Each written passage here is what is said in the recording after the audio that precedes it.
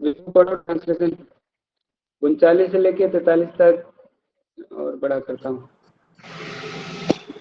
With the destruction of the dynasty, the eternal family tradition is vanished, and thus the rest of the family becomes involved in irreligion. When irreligion is prominent in the family, O Krishna, the women of the family become polluted, and from the degradation of womanhood, O descendant of Vrishni, comes unwanted progeny. 1.41 An increase of unwanted population certainly causes hellish life both for the family and for those who destroy the family tradition. The ancestors of such corrupt families fall down because the performances for offering them food and water entirely stop. 1.42 By the devil deeds of those who destroy the family tradition and thus give rise to unwanted children. All kinds of community projects and family welfare activities are devastated. 1.43 O Krishna, the maintainer of the people, I have heard by disciplinic succession that those whose family traditions are destroyed dwell always in hell.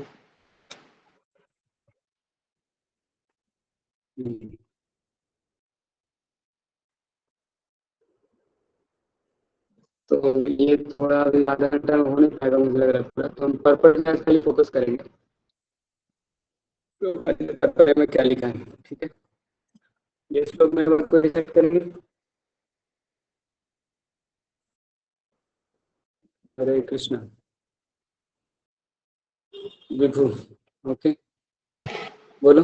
दक्षये प्रणश्यन्ति कुलक्षये प्रणश्यन्ति कुलधर्म सनातना कुलधर्म सनातना धर्मे नष्टे कुलं कृत्स्नम् धर्मे नष्टे कुलं कृष्णम् अधर्मो अभिभवति उत।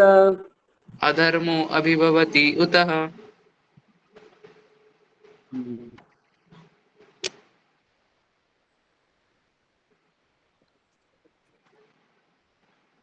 तो ये है 39। कुल क्षय प्रणश्यन्ति, जब कुल का क्षय हो जाता है तो प्रणश्यन्ति कुल धर्म, कुल का क्षय हुआ मतलब फैमिली डिस्ट्रॉय हो जाएगा, तो प्रणश्यन्ति मतलब वैंकिस हो जाएगा कुल का धर्म भी। कुल ही नाश हो जाएगा तो कुल का धर्म भी नाश हो जाएगा। फिर सनातन धर्म नष्ट, क्योंकि धर्म नष्ट हो जाएगा। कुल स्त्रियम, तो कुल स्त्री जो है वो भी रिलीजन में हो जाएंगे, रिलीजन हो जाएगा, है ना, ऐसा बोल रहे। तो कुल कुल है कुल फैमिली, तो सारा फैमिली अधर्म में लिप्त हो जाएगा। तो ऐसा बोले कि कुल अगर क्षय हो जाएगा, कुल का धर्म चला जाएगा और जो बचे हुए लोग हैं सब अधर्म में लग जाएंगे, ठीक है। ये कौन पढ़ेंगे? The family, beginning from birth to death, but on the death of the elder member, such family tradition of purification may stop, and remaining younger family members may develop irregular activity habits and thereby lose their chance for spiritual salvation. Therefore, for no purpose should the elder members of the family be slain. तो यहाँ पे दो चीज बता रहे हैं, एक वर्णाश्रम धर्म के बारे में बता रहे हैं, वर्णाश्रम व्यवस्था, और दूसरा एल्डर लोगों का हमारे जीवन में क्या रोल है, बहुत इंपॉर्टेंट रोल है एल्डर्स लोगों का, उसके बारे में बता रहे हैं। तो ये जो वर्णाश्रम इंस्टीट्यूशन है, वर्णाश्रम व्यवस्था है जिसमें 4 तरह के वर्ण और 4 तरह के आश्रम होते हैं। मालूम है आपको 4 तरह का वर्ण और 4 तरह का आश्रम क्या है? हरे कृष्णा, किसको मालूम? ब्राह्मण, क्षत्रिय, वैश्य, शूद्र, ये 4 आश्रम है। सॉरी, 4 वर्ण है, 4 आश्रम, ब्रह्मचार्य, गृहस्थ, वानप्रस्थ, सन्यासी। हाँ, ये 4 सोशल ऑर्डर है जिसको वर्ण व्यवस्था बोलते हैं, और 4 स्पिरिचुअल ऑर्डर है जिसको आश्रम बोलते हैं। 4 तरह के आश्रम है, सबके लिए सब नहीं है। जो बहुत उत्कृष्ट है वो लोग सन्यास तक जाते हैं, सब लोग उधर तक भी नहीं जा पाते, कुछ लोग गृहस्थ होकर ही लाइफ खत्म हो जाता है उनका। लेकिन ब्रह्मचारी ट्रेनिंग तो फिर सब लोग लेते थे, तभी इस वर्णाश्रम सिस्टम में ये था। तो वर्णाश्रम सिस्टम क्या है कि ये मनुष्य के लिए बनाया गया है, जानवर लोग इसको फॉलो नहीं करते हैं। अभी सब क्लासलेस सोसाइटी बनाने के लिए लोग सोचते हैं, क्लासलेस सोसाइटी कोई बना नहीं सकता है। प्रभुपाद जी बहुत बार ऐसे बात किए। वर्णाश्रम में क्या है, सबको ट्रेनिंग दिया जाएगा शुरू से। ब्रह्मचारी ट्रेनिंग में भी सबका नेचर के हिसाब से ट्रेनिंग दिया जाता था, लेकिन आजकल वो भी थोड़ा मुश्किल है। अभी ट्रेडिशनल गुरुकुल से है नहीं, तो वैसा एजुकेशन भी नहीं दिया जा रहा है। फिर जो अभी रहते भी है लोग कि स्पिरिचुअलिटी के नाम पे देते हैं, तो भी उतना कर नहीं पा रहे। बहुत कुछ रीजन है नहीं कर पाने का। जैसे अभी मतलब यहाँ मटेरियल नॉलेज में भी देख रहे हैं आप, सबको जेई मेडिकल ही करना और कुछ किसी को ऑप्शन ही नहीं दिखता है। वैसे इधर भी कर देते हैं, तो आदमी का नेचर किसी को समझ में नहीं आता है। तो हमको खुद को समझना चाहिए, ये बहुत इंपॉर्टेंट है कि मेरा स्वभाव क्या है और मैं क्या ऐसा कर्म करूंगा कि मैं अपना जीवन में खुशी से रह पाऊंगा और भगवान से जुड़ पाऊंगा। भक्ति करने के लिए ज़्यादा समय मिलना चाहिए, तो उसके लिए सबको अपना स्वभाव समझना चाहिए। स्वभाव समझना बहुत इंपॉर्टेंट है। तो उसके लिए कैसे होगा, शुरू में तो पहले से तो ट्रेनिंग दिया जाता था, और पहले सब वो सब संस्कार भी होते हैं ना। गर्भाधान संस्कार होता है सबसे पहले, जन्म लेने से पहले ही संस्कार शुरू हो जाते हैं। तो जब बच्चा जन्म लेता है, पति पत्नी होते हैं, तो जब गर्भ में पिता डालते हैं सीमेंट, तो उस दिन भी फेस्टिवल होता है। तो सभी बड़े से आशीर्वाद लेके, भगवान से आशीर्वाद लेके ऐसा, तो वो बच्चे का गर्भाधान संस्कार होता है। फिर बहुत सारे तरह का संस्कार होता है। अन्नप्राशन होता है, पहली बार जब अनाज खाता है तो एक संस्कार होता है। पहली बार जब पेन या पेंसिल पकड़ता है तो उसके लिए एक संस्कार होता है। नाम रखते उसका संस्कार होता है। फिर कोई इनिशिएशन होता है, ब्राह्मण इनिशिएशन होता है, तो उसका संस्कार होता है। फिर विवाह संस्कार होता है, फिर और भी संस्कार होते हैं। लास्ट में अंतिम संस्कार होता है, अंतिम। तो ये सब संस्कार होते हैं। और वो जन्म से भी अगर अच्छे है, माँ बाप दोनों ब्राह्मण कुल के हैं, तो बच्चा को ज़्यादा चांस रहता था कि उसमें भी ब्राह्मण के गुण रहेंगे। लेकिन कलयुग में सब इतना मिक्स हो गया है, आगे उसके बारे में बात होगा। वैसे क्योंकि उतना सब कुछ संस्कार फॉलो कर रहे थे, तो ज़्यादा चांस रहता था। जैसे अभी भी देखते हैं कि अगर कोई टीचर का बच्चा है तो हो सकता है कि उसको चांस ज़्यादा रहता है टीचर बनने का। डॉक्टर का बच्चा है तो बचपन से वो दवाई ववाई लेता है, तो चांस ज़्यादा रहता है। लेकिन ऐसा नहीं कि मेडिकल का पढ़ाई नहीं करेगा तो भी डॉक्टर बन जाएगा, ऐसा नहीं है। तो उस तरह ब्राह्मण का बेटा ब्राह्मण होगा, ऐसा नहीं है। शास्त्र में ऐसा कहीं नहीं बताया गया। ब्राह्मण, क्षत्रिय, वैश्य या शूद्र, ये जो चार तरह के वर्ण है, ये गुण के आधार पे होता है, गुण और कर्म के हिसाब से। तो उनके अंदर ये क्वालिटी होना चाहिए और वैसा उसको काम भी करने आना चाहिए, करता हुआ होना चाहिए। तो ब्राह्मण है, ब्राह्मण के गुण है, लेकिन ब्राह्मण के कर्म नहीं कर रहा है, तो भी ब्राह्मण नहीं हुआ। तो गुण भी होना चाहिए, कर्म भी होना चाहिए। देखो ब्राह्मण कोई नहीं कलयुग में, ब्राह्मण लोग कभी सैलरी नहीं लेते। सैलरी तो खैर ब्राह्मण भी नहीं लेते, वैश्य भी नहीं लेते, और क्षत्रिय लोग भी सैलरी नहीं लेते। सैलरी लेने वाले सभी शूद्र लोग हैं, 4th क्लास। लेकिन ये चारों फिर भी वर्णाश्रम सिस्टम में आते हैं। इसके अलावा बहुत सारे लोग हैं जो वर्णाश्रम सिस्टम में नहीं आते हैं। तो 4th क्लास तक हो गया वर्णाश्रम सिस्टम, उसका प्रोपोज बोलते हैं 5th class, 6th class, 7th class, 10th class, सब लोग एक से के यवन लोग है, चंडाल है, खसस है, बहुत सारे। अभी हमने भी उससे बात किया था, भागवतम में से बहुत सारे डिफरेंट तरह के भी लोग हैं। ये 4 तरह के लोग फिर भी शास्त्र के हिसाब से धर्म पालन कर सकते हैं। जो ठीक है, इसके बारे में डिटेल आएगा तो हम डिटेल बात करेंगे। अभी हम परपट को डिस्कस कर लेते हैं। तो in the system of varnashrama institution there are many principles of religious tradition to help members of family grow properly and attain spiritual values. तो ये वर्णाश्रम धर्म है, इसको सनातन धर्म भी बोलते हैं। तो ये वर्णाश्रम व्यवस्था जो है, ये क्यों बनाया गया है, और इसमें ढेर सारे प्रिंसिपल्स है, रिलीजियस ट्रेडिशन के प्रिंसिपल्स। ये क्यों है? To help the members of family grow properly and attain spiritual values. तो फैमिली के सारे मेंबर ग्रो करके स्पिरिचुअल वैल्यूज को अटेन करें, भगवान का भक्ति करना सीखे। जो अपना स्तर के हिसाब से जितना कर पाएगा उतना तक पहुंचे। सबको, सब लोग अलग अलग स्टेज में हैं, तो जो जितना कर पाएंगे, भगवान सबको ऐसा हेल्प करते हैं, उसके हिसाब से सुविधा मिलता है। ठीक है, तो वर्णाश्रम सिस्टम इसके लिए बनाया गया, मानव समाज का विकास के लिए।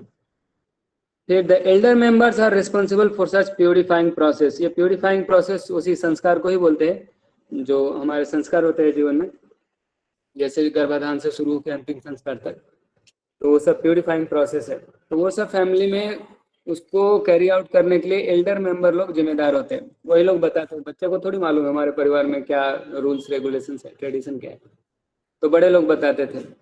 तो beginning from birth to death जितना भी संस्कार होता है, but on the death of the elder members, लेकिन अगर आजकल तो देखो फैमिली मेंबर भी बहुत छोटे छोटे फैमिली रहते हैं, पहले फैमिली में बड़े लोग होते थे, ढेर सारे लोग, अभी कोई नहीं है। तो एटॉमिक फैमिली, उसके बाद हो गया न्यूक्लियर फैमिली, हो गया न्यूक्लियस अकेले घूम रहा है।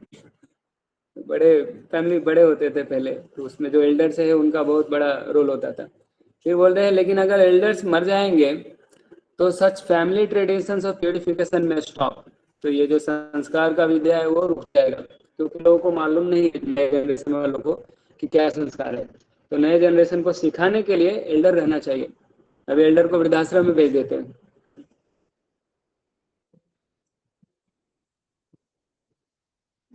ये बच्चा क्या बोल रहा है, मॉडर्न फिजिक्स क्या?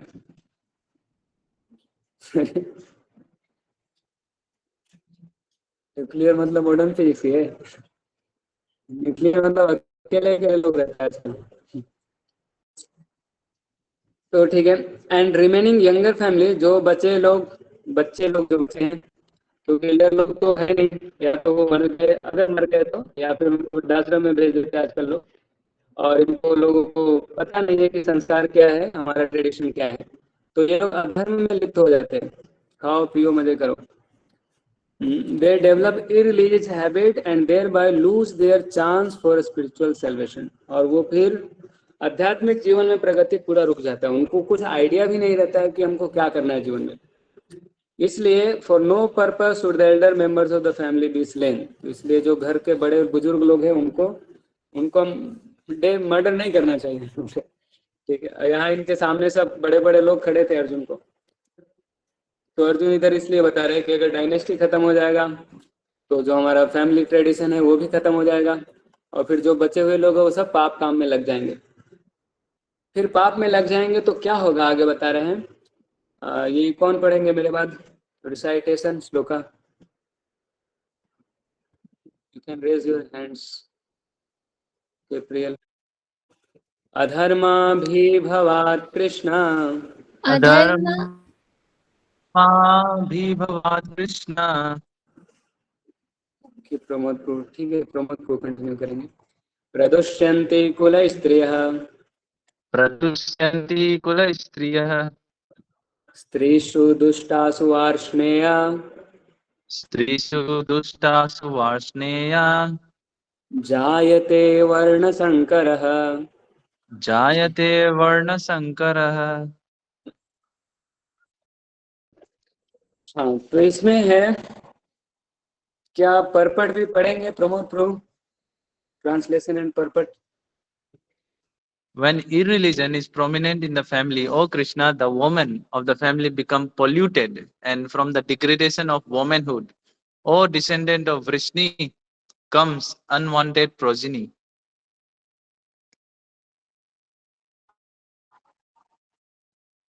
Purport: good population in human society is the basic principle for peace, prosperity, and spiritual progress in life.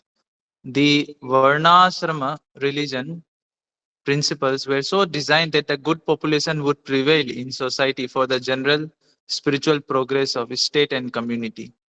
Such population depends on the chastity and faithfulness of its womanhood. As children are very prone to be misled, women are similarly very prone to degradation. Therefore, both children and women require protection by the elder members of the family. By being engaged in various religious practices, women will not be misled into adultery. According to Chanakya Pandit,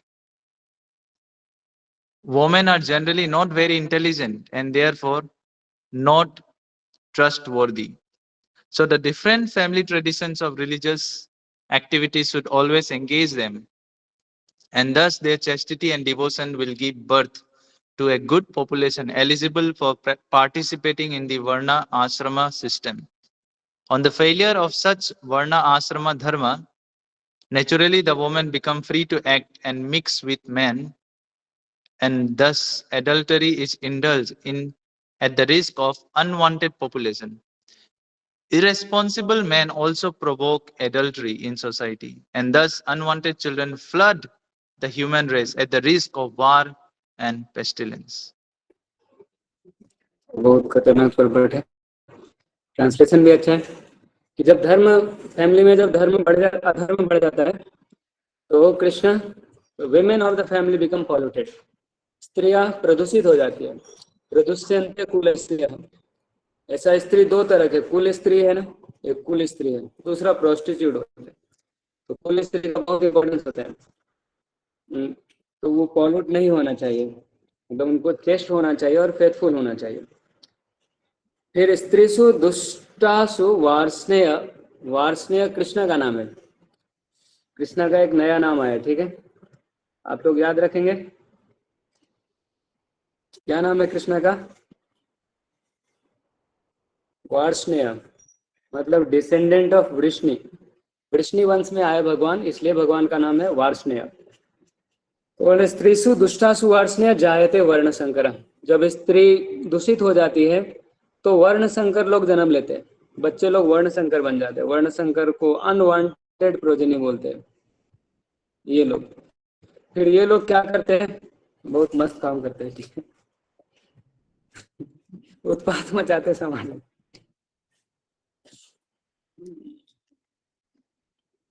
एक page में आएगा,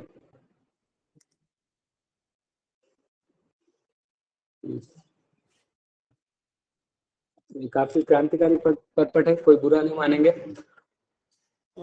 good population in human society is the basic principle for piece. अगर समाज में शांति चाहिए, समाज में prosperity चाहिए और स्पिरिचुअल प्रोग्रेस जीवन में चाहिए, तो अच्छा पॉपुलेशन का होना बहुत इंपॉर्टेंट है मानव समाज में, ठीक है। अच्छे लोग रहेंगे वही ये कुछ मेंटेन कर सकते हैं, पीस को, प्रोस्पेरिटी को और स्पिरिचुअल प्रोग्रेस पर वो ध्यान दे सकते हैं। अगर पॉपुलेशन अच्छा नहीं है, जैसे कलयुग में हम देखते हैं, तो ये तीनों मुश्किल हो जाता है। The Varnashram religion's principles were so designed that the good population would prevail in society for general spiritual progress of a state and community. तो वर्णाश्रम सिस्टम ऐसा है कि अगर इस सिस्टम को खाली पालन करेंगे तो अपने आप गुड पॉपुलेशन वुड प्रिवेल, मतलब जनसंख्या अच्छा होगा, मतलब लोग अच्छे जन्म लेंगे और अच्छे लोग होंगे सोसाइटी में, तो वो क्या करेंगे, वो स्पिरिचुअल प्रोग्रेस में हेल्प करेंगे। किसका? स्टेट का भी, कम्युनिटी का भी, general spiritual progress of state and community. Such population depends on the chastity and faithfulness of it's womanhood. तो ये बहुत इंपॉर्टेंट है। पहला है गुड पॉपुलेशन का इंपॉर्टेंस। गुड पॉपुलेशन का क्या इंपॉर्टेंस है कि वो स्पिरिचुअल प्रोग्रेस को, स्टेट और कम्युनिटी में स्पिरिचुअल प्रोग्रेस को क्या करेंगे, मतलब उनके लिए जरूरत है गुड पॉपुलेशन होना, और ये गुड पॉपुलेशन वर्णाश्रम धर्म को पालन करने से अपने आप हो जाएगा, ठीक है। तो गुड पॉपुलेशन इंपॉर्टेंट है। दूसरा इसमें पॉइंट है कि गुड पॉपुलेशन किस पे डिपेंड करता है, तो such good population depends on the chastity and faithfulness of its womanhood. तो ये विमेनहुड जितना चेस्ट होंगे, चेस्टिटी और फेथफुलनेस, चेस्ट को हिंदी में सती बोलते हैं।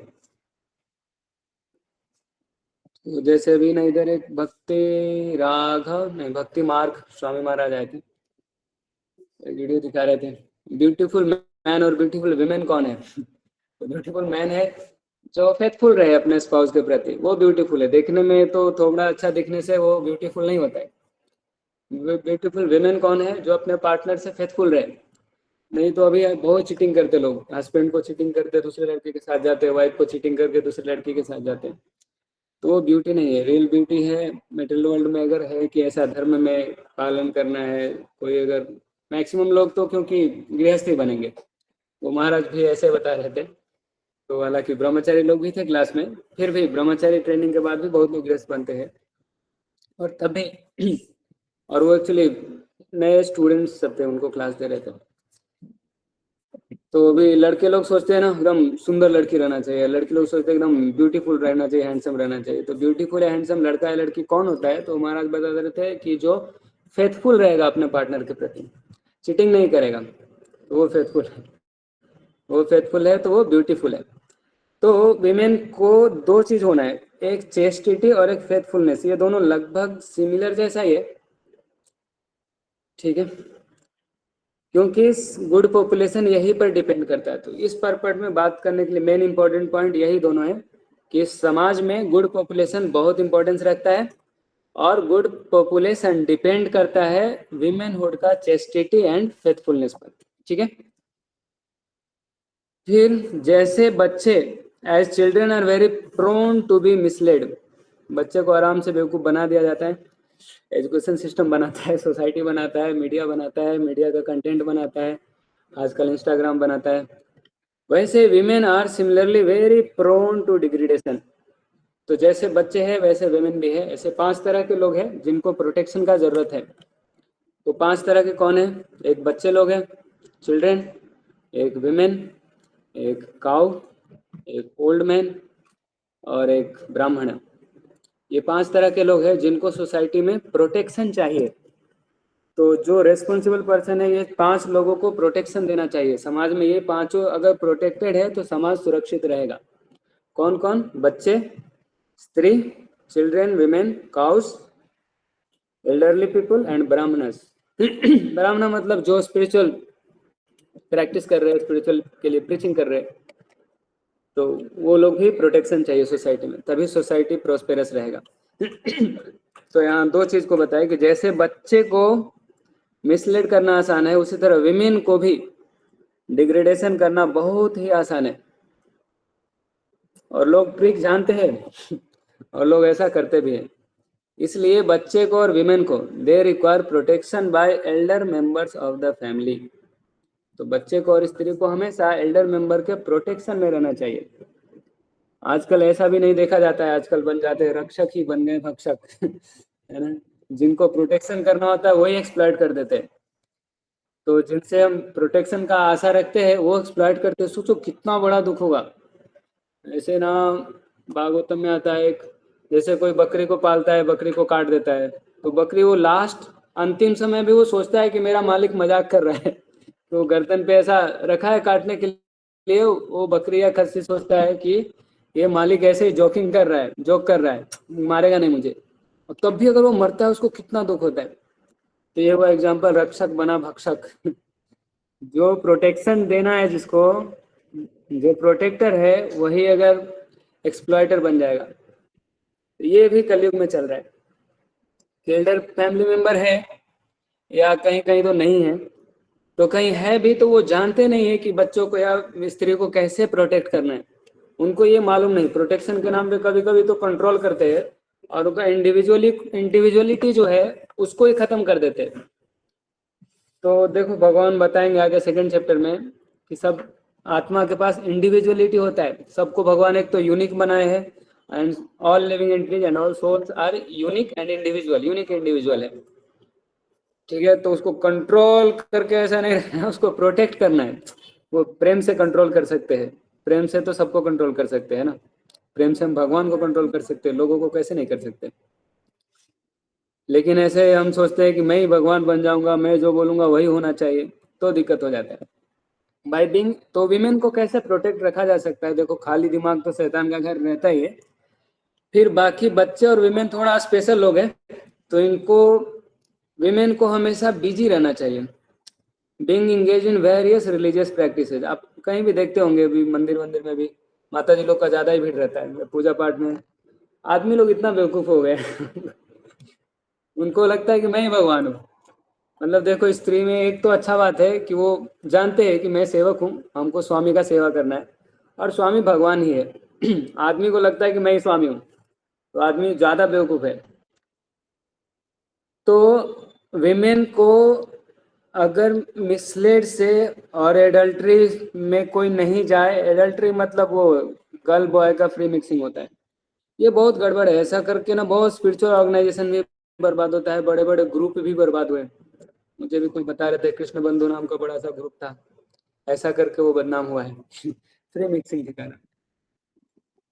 तो कभी भी ये फ्री मिक्सिंग नहीं होना चाहिए। हमने गर्ल्स बॉयज़ का सेपरेट ग्रुप भी बनाए, इसलिए ऐसा कभी नहीं होना चाहिए। कभी नहीं सोचना चाहिए कि मैं बहुत देख लूँगा या मुझे कुछ नहीं होगा। ये देखो, girls are good, boys are good, सुने आपने? लड़की भी ठीक है, लड़का भी ठीक है, but if they both come together they become bad. लड़का ठीक है, लड़की ठीक है, लेकिन साथ में आएगा तो गड़बड़ हो जाएगा। साथ में नहीं रहने का। साथ में रहने के लिए सिस्टम बना है वर्णाश्रम धर्म में, विवाह संस्कार है, विवाह करके साथ में रह सकते हैं, पति पत्नी का धर्म पालन करके। ऐसे कुछ नहीं है। बाकी उसके पहले प्रोटेक्शन में रहना है। लड़की है, मैरिज नहीं हुआ है तो फादर के प्रोटेक्शन में रहेंगे या एल्डर ब्रदर रहेंगे, कभी कभी वो भी फादर जैसा रिस्पॉन्सिबिलिटी लेते हैं। फिर हस्बैंड रहेगा, जब लड़की यंग हो जाती है तो फादर उसको लड़का को दे देते हैं। फिर बाद में कोई उसका बड़ा बेटा है तो वो भी उसको रक्षा करते हैं, प्रोटेक्ट करते हैं। प्रोटेक्ट करने के लिए ज़्यादा कुछ नहीं चाहिए होता है, सिंपल सा है। अभी राधे श्याम प्रभु एक एग्जाम्पल देते हैं कि कोई लड़की है तो देखो उसको सब लड़का ऐसा देखेगा, लेकिन वो लड़की के पास में अगर एक उसका पापा रहेगा एकदम बड़ा बड़ा मूछ वाला तो कोई उधर देखेगा तो डर जाएगा। तो प्रोटेक्शन देने के लिए कुछ चाहिए नहीं, उसके साथ खाली होगा। कोई भी लड़की अकेली रहेगी तो सब कोई देखेगा उसको, उसके साथ में कोई उसका हस्बैंड या फादर रहेगा तो सब लोग देखने से थोड़ा डरेंगे, संकोच करेंगे, शर्म तो आएगा कुछ तो। अभी इधर मंदिर में देखते हैं कुछ लोगों को शर्म नहीं आता है, भगवान इधर सामने खड़े हैं फिर भी वो देख नहीं रहा कि वो भगवान का ही बच्ची है, और बच्ची को देख रहा है, बच्चा बच्चा बच्ची को देख रहा है, बच्ची बच्चा को देख रहा है। ठीक है, तो विमेन को एडल्ट्री से बचाने के लिए एक अच्छा प्रोसेस है कि उनको रिलीजियस प्रैक्टिस में, वेरियस रिलीजियस प्रैक्टिस में इंगेज करके रखना चाहिए। तो ऐसे आप देखेंगे घर में ना, घर में अभी शहर वाले लोग ऐसा कर नहीं पाते, गांव के लोगों को देखो, जितना भी लड़की लोग हैं उनको कुछ टाइम नहीं रहता है, वो लोग व्हाट्सएप देखते नहीं उनको ना टाइम ही नहीं रहता है। अभी जो शहर में रहते हैं वो क्या रहते हैं, मीडिया, सोशल मीडिया, हमको इंडिपेंडेंस चाहिए, हमको चाहिए आज़ादी और उनको इतना एंगेजमेंट नहीं रहता है। पढ़ाई के नाम पे भी थोड़ा सा छूट मिलता है, हमको भी मिलता था, मतलब लड़का को मिलता है, लड़की को भी मिलता है, लेकिन लड़का ये इसमें मतलब उसको कोई एक्सप्लॉइट इतना आसानी से नहीं कर सकता, लड़की को एक्सप्लॉइट कर सकते, इसलिए लड़की को चाहिए कि एंगेज रहे, उसका प्रॉपर एंगेजमेंट होना चाहिए। चाणक्य पंडित है, वो बताते हैं कि women are generally not intelligent and therefore not trustworthy. बोलते हैं स्त्रीसु राजकुलेषु च, स्त्री में और जो राजा है पॉलिटिशियन, ये दोनों में कभी विश्वास नहीं करना चाहिए। क्या है श्लोक? विश्वास नहीं वो कर्तव्य स्त्रीसु राजकुलेषु च, ऐसे है ना, ऐसा कुछ है। ठीक है, तो ये जनरल है, जनरल विमेन के बारे में बात है। प्रभुपाद जी इसके बारे में बोलते हैं जो डिवोटीज है विमेन, उनके में ये अप्लाई नहीं होता है तो जो अगर भगवान के प्रति शरणागत है, जो स्पिरिचुअलिटी को समझते हैं, जो भगवान का भक्ति करते हैं, वो जनरल लोगों से थोड़ा हट जाते हैं फिर। ठीक है, क्योंकि वो इंटेलिजेंट नहीं रहेंगे तो भगवान का भक्ति नहीं करेंगे। चैतन्य चरितामृत में ऐसा है कि अवतरे चैतन्य कैल धर्म प्रचारन, कलि काले धर्म कृष्ण नाम संकीर्तन, संकीर्तन यज्ञ तारे करे आराधन, सेता सुमेधार कलिहत जन। चैतन्य महाप्रभु इस कलयुग में अवतार होके धर्म का प्रचार किए। कलयुग का धर्म क्या है? हरिनाम संकीर्तन। और जो ये संकीर्तन यज्ञ से चैतन्य महाप्रभु का पूजा करता है वही तो सबसे बुद्धिमान है।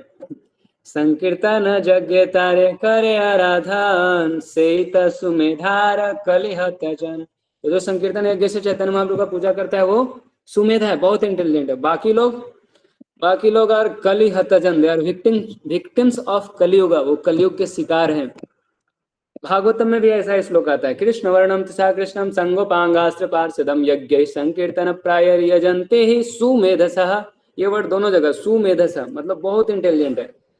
यज्ञ संकीर्तन प्राय यजन्ते, जो संकीर्तन यज्ञ से कलयुग में भगवान का पूजा करता है वो इंटेलिजेंट है, बुद्धिमान है। और चैतन्य चरितामृत बताया कि जो ऐसा नहीं करता वो कलयुग का शिकार है, कलयुग का शिकार बन गया। तो in general women less intelligent होते हैं या फिर ज़्यादा इंटेलिजेंट नहीं होते, इसलिए वो ट्रस्ट वर्दी नहीं होते। तो केवल वही नहीं, पॉलिटिशियन लोग, राजा लोग, इन पे भी भरोसा नहीं करना चाहिए। ठीक है, लेकिन जो भक्ति में आए तो वो थोड़ा स्पेशल हो जाते हैं। तो the different family tradition of the religious activities should always engage them. Them मतलब विमेन को। तो विमेन को हमेशा इंगेजमेंट रहना चाहिए, ऑलवेज ऑलवेज इंगेज देम। कैसे? Family tradition of religious activities, धर्म का कुछ तो काम रहना चाहिए। घर का काम करते, बड़ों का सेवा करते, गेस्ट का स्वागत करते, बाकी अपना घर में कुछ कुकिंग, क्लीनिंग, पेंटिंग, जो भी करना है, सिंगिंग करते, जो भी करना है, इंगेज रहते हैं हमेशा। और ऐसा रहने से their chastity and devotion will give birth to a good population eligible for participating in varnashrama system.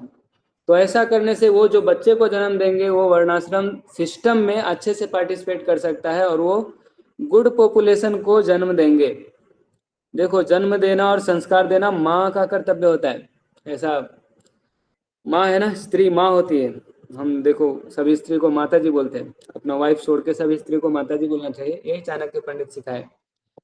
ये किसी को श्लोक याद है? चाणक्य पंडित बोलते हैं, पढ़ा लिखा व्यक्ति कौन है, उसके 3 लक्षण है। कौन सुनाएगा? मात्रवत् परदारेषु पराद्रव्येषु लोस्त्रवत् आत्मवत् सर्वभूतेषु यः पश्यति स पंडितः। पंडित मतलब लर्नेड पर्सन है या पढ़ा लिखा एजुकेटेड आदमी है। तो कोई आदमी एजुकेटेड है कैसा पता चलेगा? 3 चीज है। वो दूसरे के धन को मिट्टी के ढेले के समान देखता है, दूसरा के पत्नी को माता के समान देखता है, और सभी जीवों को अपने जैसा समझता है। तो ये 3 तरह से देखता है, तो ऐसे लोगों को पंडित बोलते हैं या पढ़ा लिखा बोलते हैं, बुद्धिमान विद्वान बोलते हैं। ठीक है, तो स्त्री का बहुत बड़ा रेस्पॉन्सिबिलिटी है बच्चों को संस्कार देना और अच्छे बच्चों को जन्म देना। तो ये तभी हो पाएंगे जब उनमें संस्कार रहेगा। जिसमें संस्कार नहीं, वो संस्कार कैसे देंगे? तो उनमें संस्कार कैसे रहेगा? जब वो पॉल्यूट नहीं होंगे। वो पॉल्यूट कब नहीं होंगे? जब वो उनके पास चेस्टिटी रहेगा और भगवान का भक्ति रहेगा। तो ये चेस्टिटी, फेथफुलनेस, ये सब कहाँ से आएगा? उनको हमेशा इंगेज रहना चाहिए, खाली नहीं रहना चाहिए, कुछ तो सेवा रहना चाहिए। मंदिर में देखते भी भगवान का सेवा बहुत माता जी लोग करते हैं, दिन भर बैठ के सेवा करते रहते हैं, या फिर घर में, परिवार में, फैमिली में बहुत सारा सेवा रहता है। तो हमेशा इंगेज रहते हैं कुछ ना कुछ में। तो ऐसा नहीं कि बॉयज को इंगेज नहीं रहना चाहिए। तो फिर आगे बता रहे कि अगर वर्णाश्रम धर्म फेल हो गया, मतलब अगर स्त्री लोग सती नहीं है, चेस्ट नहीं है, फेथफुल नहीं है, तो वो लोग अगर धोखा किए तो बहुत बड़ा बड़ा धोखा करते हैं। भागवत में बताते हैं कि जो चेस्ट विमेन नहीं है वो अपना हस्बैंड को मर्डर करवा देते हैं, भाई को भी मरवा सकते हैं, अपना बाप को भी मरवा सकते हैं, मर्डर करवा देते हैं। तो अगर चेस्ट नहीं है तो अगर वर्णाश्रम धर्म फेल हो गया तो naturally the women become free to act and mix with men. और ये हो गया तो अडल्ट्री हो जाएगा, मतलब फ्री मिक्सिंग हो गया, लड़का लड़की। फिर वो कुत्ता कुत्ते का काम करेंगे, और कुछ उपाय नहीं है। एंड इंडल्ज इन एट्रिस्ट, तो इंडल्ज होंगे फ्री मिक्सिंग में, तो क्या होगा? रिस्क हो जाएगा। कौन सा रिस्क? ये अनवांटेड पॉपुलेशन हो जाएगा। ये कलयुग के लोग बहुत सारे ऐसे ही लोग हैं। इरिस्पॉन्सिबल मैन ऑल्सो, क्या लिखा है इधर? ये 155 आ गया। क्या लिखा है प्रो, कुछ पता है क्या आपको? Provoke adultery in society. तो सोसाइटी में एडल्ट्री, एक्चुअली ये लोग ना ज्यादा जिम्मेदार है।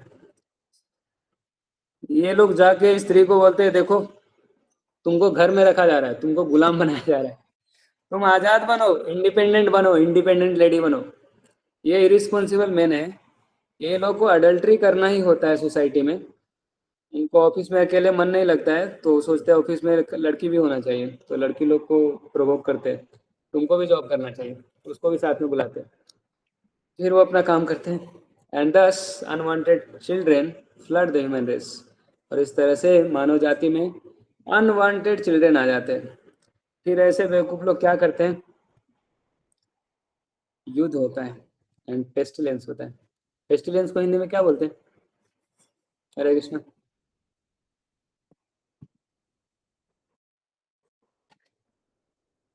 ओके, सब अंग्रेज लोग हैं। महामारी। कोरोना जैसा। डिसीज तो हम कुछ कोई। गड़बड़ करते हैं तो प्रकृति हमसे बदला लेता है। भगवान।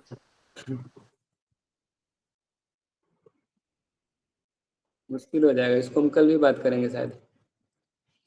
आगे कंटिन्यू करना चाहिए कि रुकना चाहिए?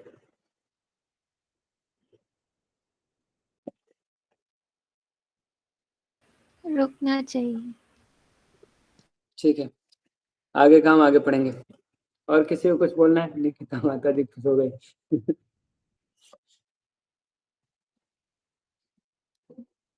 देखो इसमें ना टोटल कितना श्लोक है, 46 ही है। तो 45, 44, 46, 43, 41 थोड़ा बड़ा है। प्रभु इसमें आपने कौन सा रेफरेंस दिया था चैतन्य चरितामृत से? They are very intelligent who are worshipping Krishna, you know, by the method number of याद नहीं, संकीर्तन। नंबर तो मुझे श्लोका याद क्या नहीं है? है। श्लोका अवतरी चैतन्य कैला धर्म प्रचारन, कलिकाले धर्म कृष्ण नाम संकीर्तन, संकीर्तन यज्ञ तारे करे आराधन, सैत सुमेधार कलिहत जन अवतरी चैतन्य। कितना में आ जाएगा? वेदा बेस लिख लेता हूँ। वो स्क्रीन दिख रहा है क्या आपको? यस। मिला क्या इसको? पता नहीं, अरे आदि लीला में तो नहीं था क्या? ये क्या चीज है भाई? पेरेंटल कंट्रोल कहाँ से आएगा? ये नहीं है।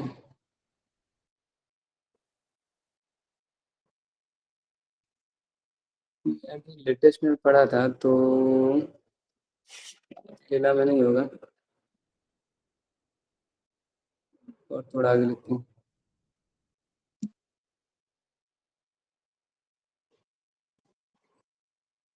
पहले। ये बंगाली ना, मालूम नहीं मुझे। लीला यार है, मैं मोबाइल में ढूंढता हूँ। ठीक है, हम आज इतना ही डिस्कस करेंगे। 2 ही श्लोक हुआ ना, क्विज का पता नहीं, देखते हैं क्या करना पड़ेगा। 43 तक बना दिए थे, नहीं तो क्विज रहने देते, आज और कल का क्विज एक साथ कर लेंगे। ठीक है, हरे कृष्णा।